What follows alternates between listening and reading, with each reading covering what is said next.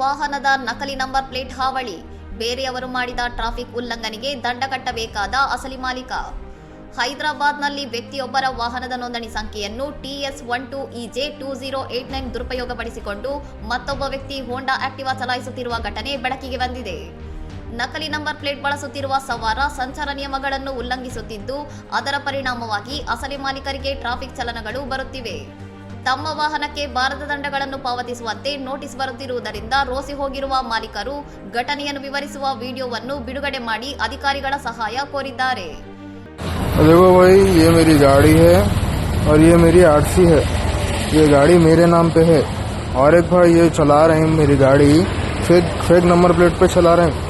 Number ಪ್ಲೇಟ್ನ ದುರುಪಯೋಗದಿಂದ ಉಂಟಾಗಿರುವ ಈ ಸಮಸ್ಯೆ ಬಗ್ಗೆ ತನಿಖೆ ನಡೆಸಿ ನೈಜ ಮಾಲೀಕರಿಗೆ ಉಂಟಾಗಿರುವ ಈ ತೊಂದರೆಯನ್ನು ಬಗೆಹರಿಸುವಂತೆ ಅವರು ಒತ್ತಾಯಿಸಿದ್ದಾರೆ.